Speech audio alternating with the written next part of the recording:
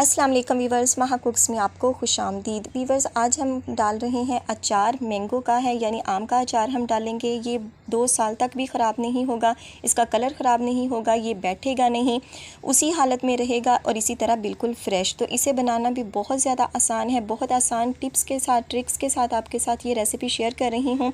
उम्मीद है आपको आज की ये रेसिपी पसंद आएगी। तो चलें करते हैं फटाफट से वीडियो को स्टार्ट और बनाते हैं बहुत ही मज़ेदार आम का अचार। बिस्मिल्लाहिर्रहमानिर्रहीम। तो वीवर्स, यहाँ पर मैंने मैंगो ले लिए हैं, यानी आम ले लिए हैं। ये देसी आम है, इन्हीं का अचार बहुत अच्छा डलता है। तो इसको मैंने बहुत अच्छी तरह से साफ़ सुथरा कर लिया है, पहले धो लिया है, इसकी डस्ट मिट्टी वगैरह निकाल दी है और इसको इस तरह से खुश्क कर लिया है कपड़े के साथ।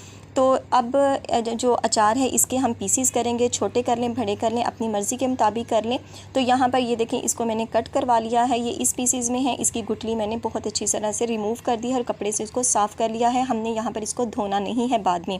और इसके बाद इसमें मैंने नमक शामिल करना है और साथ में शामिल करनी है हल्दी। 5 किलो के हिसाब से मैं 5 टेबल स्पून इसमें नमक और 5 टेबल स्पून ही इसमें हल्दी शामिल कर रही हूँ। यहाँ मैंने थोड़ा सा आपको दिखाने के लिए क्लोज इसका लिया है। तो तमाम चीज़ें मैंने हल्दी और नमक इसमें शामिल कर दिया है। ये देखें, मैं आपको दिखा रही हूँ। मैंने पूरे 5 किलो में 5 टेबल स्पून ही इसमें दोनों चीज़ों को 5-5 टेबल स्पून शामिल किया है। अब हमने इसको 2 से 3 घंटों के लिए रखना है ताकि इसका जो पानी है एक्स्ट्रा से वो निकल आए। तो वीवर्स, यहाँ पे तकरीबन 3 घंटे हो चुके हैं। आप या चाहें तो इसको पूरी रात के लिए भी रेस्ट दे सकते हैं।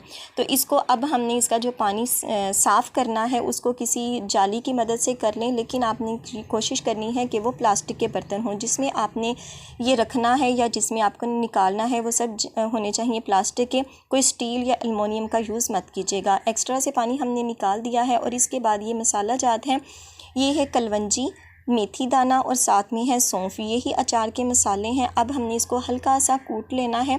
तो ये देखें, इसको हल्का सा मैंने दरदरा सा कर लिया है। अगर आप चाहें तो इसका पेस्ट भी बना सकते हैं, यानी बिल्कुल फ़ाइन भी, लेकिन इस तरह ये बहुत ही मज़े का लगता है। तो 5 टेबल स्पून हमने इसमें शामिल कर दी है सुरख मिर्चें और थोड़ी सी मैं इसमें मज़ीद हल्दी शामिल करूँगी क्योंकि हल्दी हमने पहले भी यूज़ की है।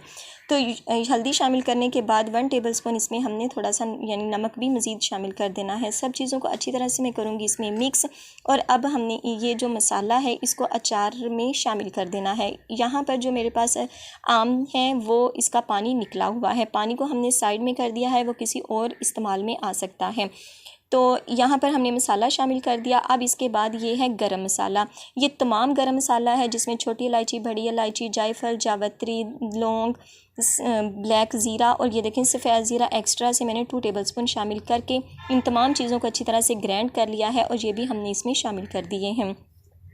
अब हमने इन तमाम चीज़ों को अच्छी तरह से मिक्स करना है, हाथ का यूज़ मत कीजिएगा, इसी तरह से आपने इसको मिक्स करना है। और इसमें हमने सीक्रेट चीज़ ये है चीनी। ये 5 किलो में मैं 1 पाव चीनी यानी 250 ग्राम के करीब चीनी शामिल कर रही हूँ। इसका फ़ायदा ये है कि आपका जो अचार है वो ख़राब नहीं होगा, इसका कलर है वो डार्क शेप में नहीं आएगा। आपका जो अचार है वो इसी तरह खड़ा खड़ा और बहुत ही खुशबूदार और दिलफरेब बना रहेगा।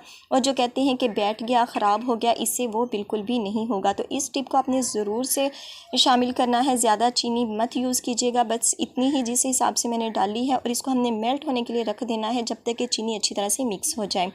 तो वीवर्स, यहाँ पर तकरीबन 1 घंटा हो चुका है। चीनी जो है हमारी वो अच्छी तरह से मिक्स हो चुकी है, यानी मेल्ट हो चुकी है। चीनी को मेल्ट करना बहुत ज़रूरी है, अदरवाइज़ अगर आप इसमें अभी से ऑयल शामिल कर देंगी तो जो चीनी है वो मेल्ट नहीं होगी। तो चलें मैं आपको क्लोज़ करके दिखाती हूँ।